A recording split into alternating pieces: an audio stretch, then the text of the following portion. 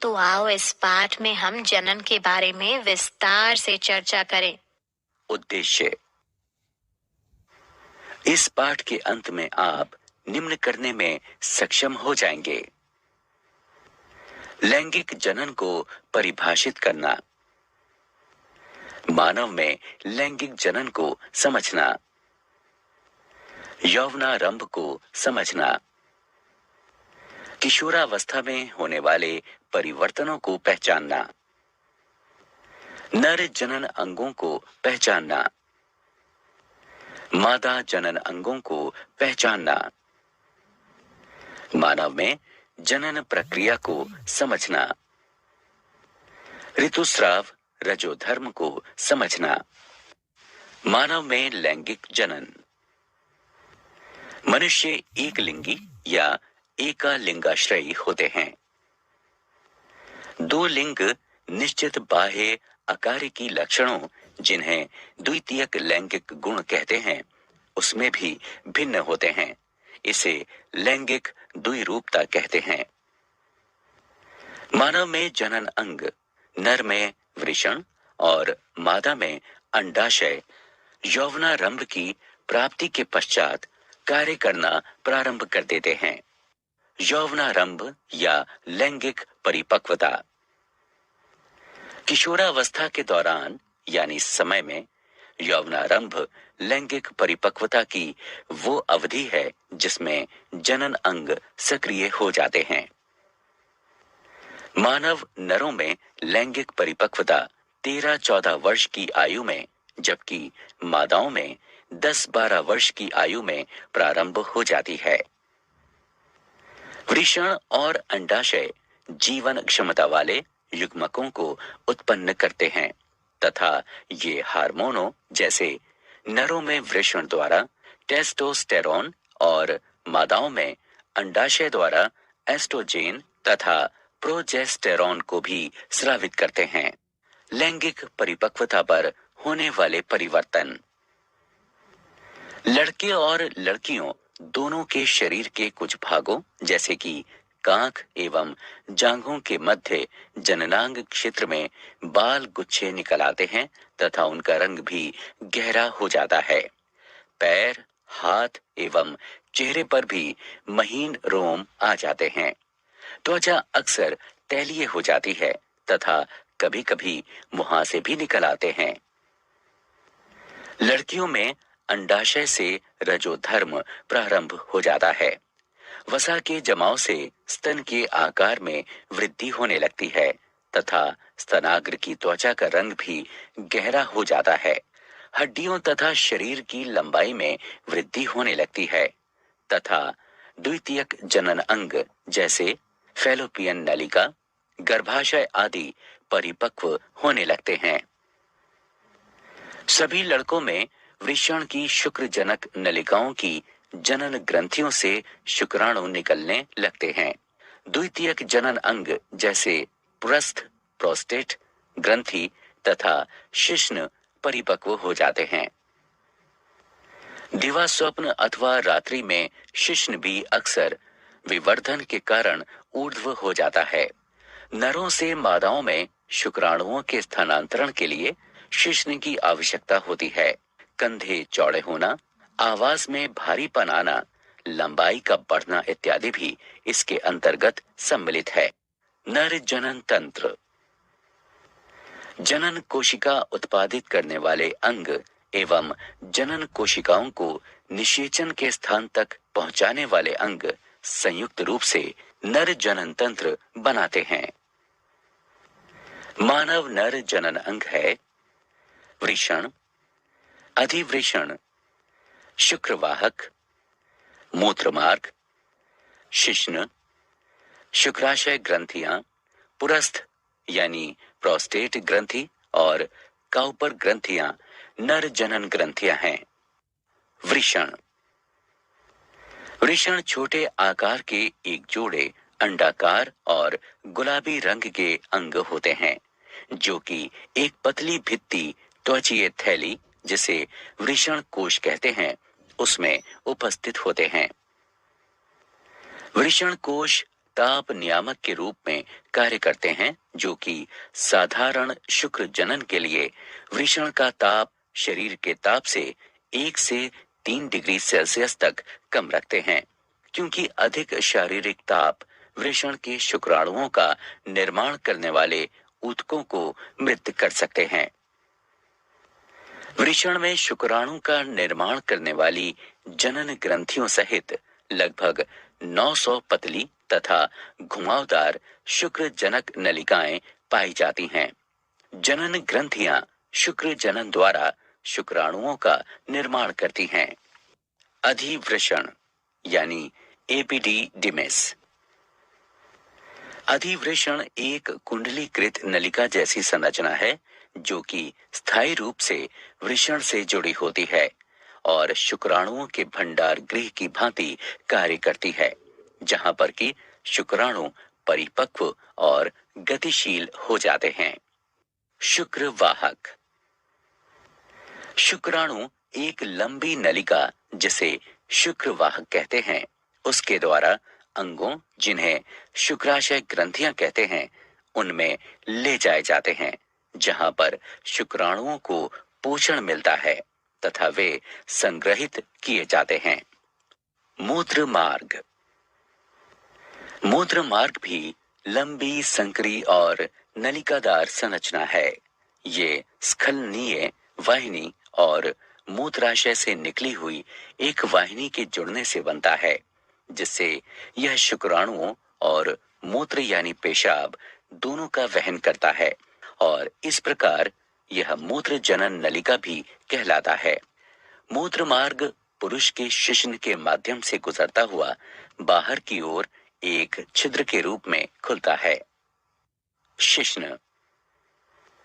शिश्न पुरुष का बाह्य जनन अंग बनाता है। यह एक बेलनाकार ऊर्ध्व मोटी पेशीय भित्तियों युक्त मैथुन अंग है। शिश्न के संवेदनशील सिरे को मुंड कहते हैं, जो कि सिकुड़ी हुई त्वचा से ढका हुआ होता है, जिसे लिंग मुंडच्छद कहते हैं। नर जनन ग्रंथियां। नर में 3 प्रकार की जनन ग्रंथियां पाई जाती हैं। शुक्राशय ग्रंथियां, पुरस्थ यानी प्रोस्टेट ग्रंथियां और काउपर ग्रंथियां। शुक्राशय ग्रंथियां एक जोड़ी पतली भित्ति युक्त पेशीय लंबी पुट्टियां यानी सैक होती हैं, जो कि शुक्राणुओं के पोषण के लिए तरल स्रावित करती हैं। पुरुस्थ यानी प्रोस्टेट ग्रंथि एक एकाकी, दीर्घाकार तथा पलिरूपित ग्रंथि है, जो कि मूत्राशय के बिल्कुल नीचे स्थित होती है। यह तरल स्रावित करती है, जो कि मूत्र मार्ग में मुक्त किया जाता है। काउपर ग्रंथियां एक जोड़ी सफेद मटर के बीज के आकार की ग्रंथियां हैं, जो कि शिश्न के आधार पर उपस्थित होती हैं।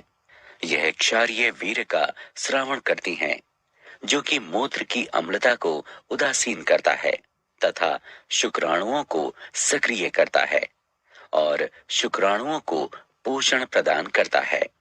शुक्राणु। पुरुष शुक्राणु अति सूक्ष्म, गतिशील और कशाभीय युग्मक होता है। यह शीर्ष, मध्यखंड और एक कंपनशील पूंछ का बना होता है।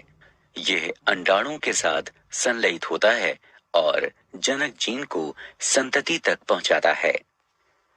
मादा जनन तंत्र। मादा जनन कोशिकाएं या अंड अंडाशयों में बनते हैं तथा कुछ हार्मोनों के निर्माण के लिए भी उत्तरदायी होते हैं। मादा मानव के जनन अंग हैं अंडाशय, अंडवाहिनी नलिकाएं, गर्भाशय, योनि, मादा जनन ग्रंथियां जैसे बार्थोलिन ग्रंथियां और स्तन। अंडाशय।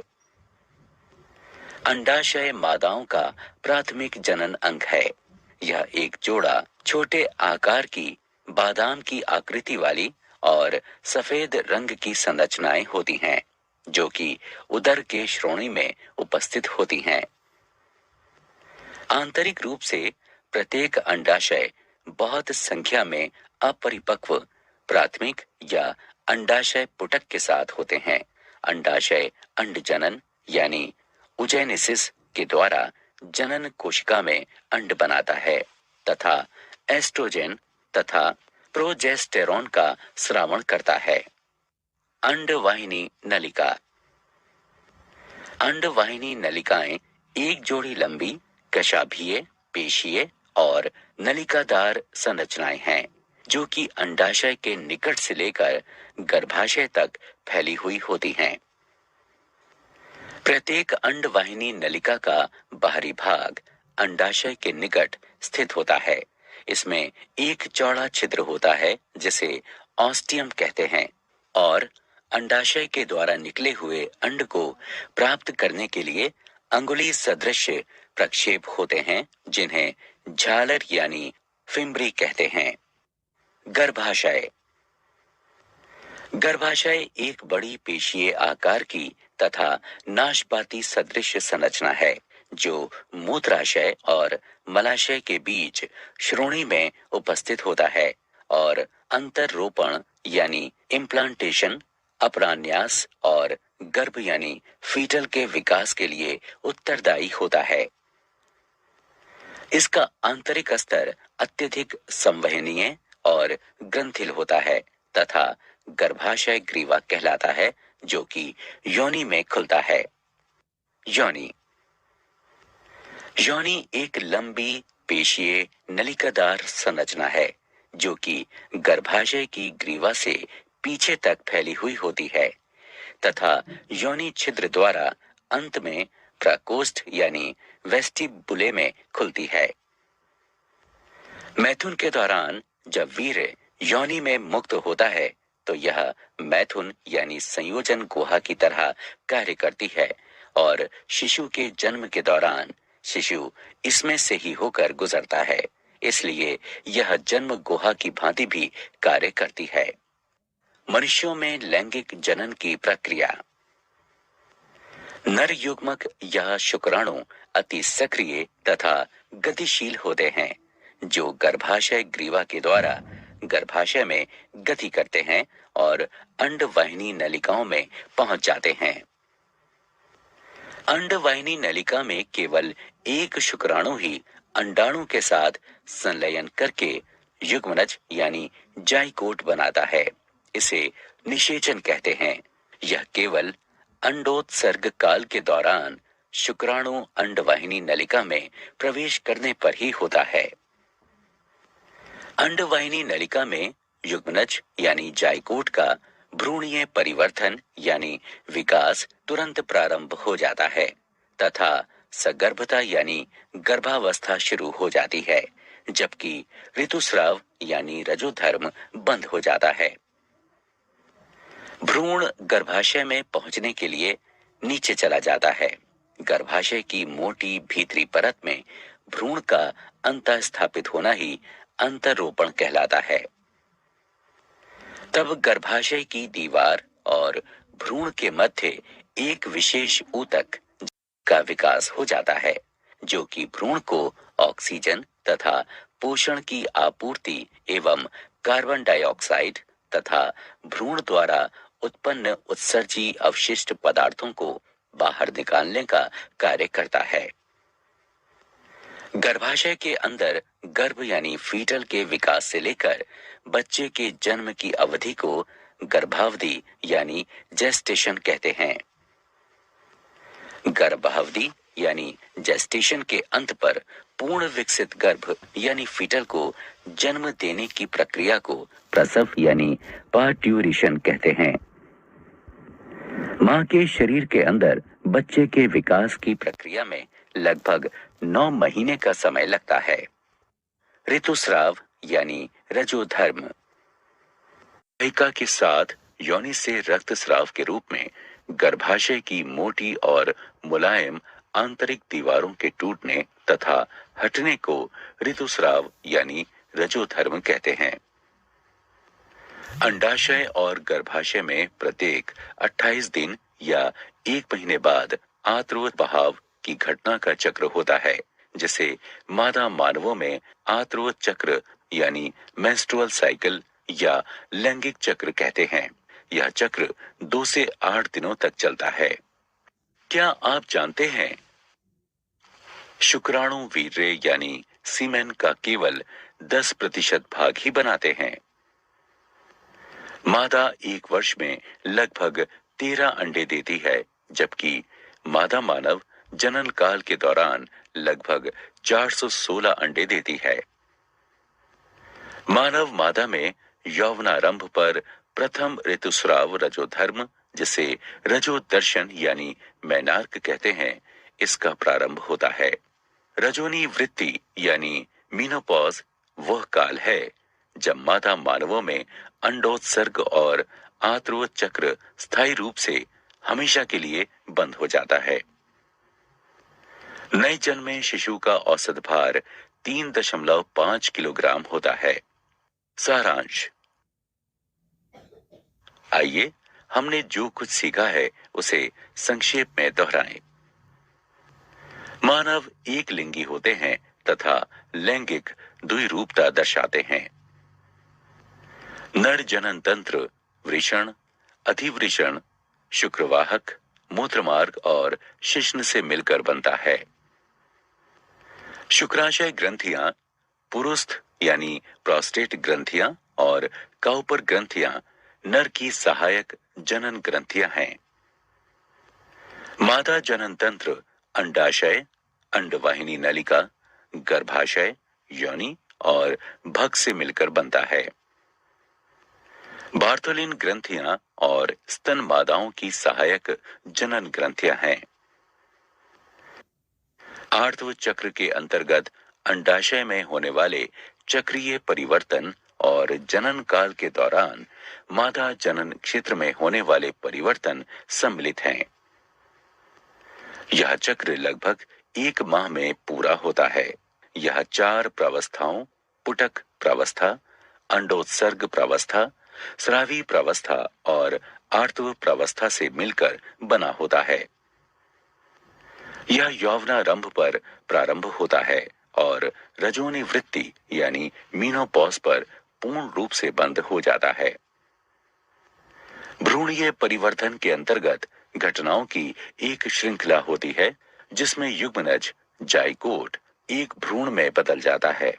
इसके अंतर्गत प्रावस्थाएं जैसे युग्मक जनन यानी गैमीटोजेनेसिस, निषेचन, विदलन यानी क्लीवेज, अंतरोपण, अपरान्यास, गर्भावधि यानी जेस्टेशन, अंडजनन यानी उजेनेसिस और प्रसव यानी पार्ट्यूरेशन सम्मिलित होती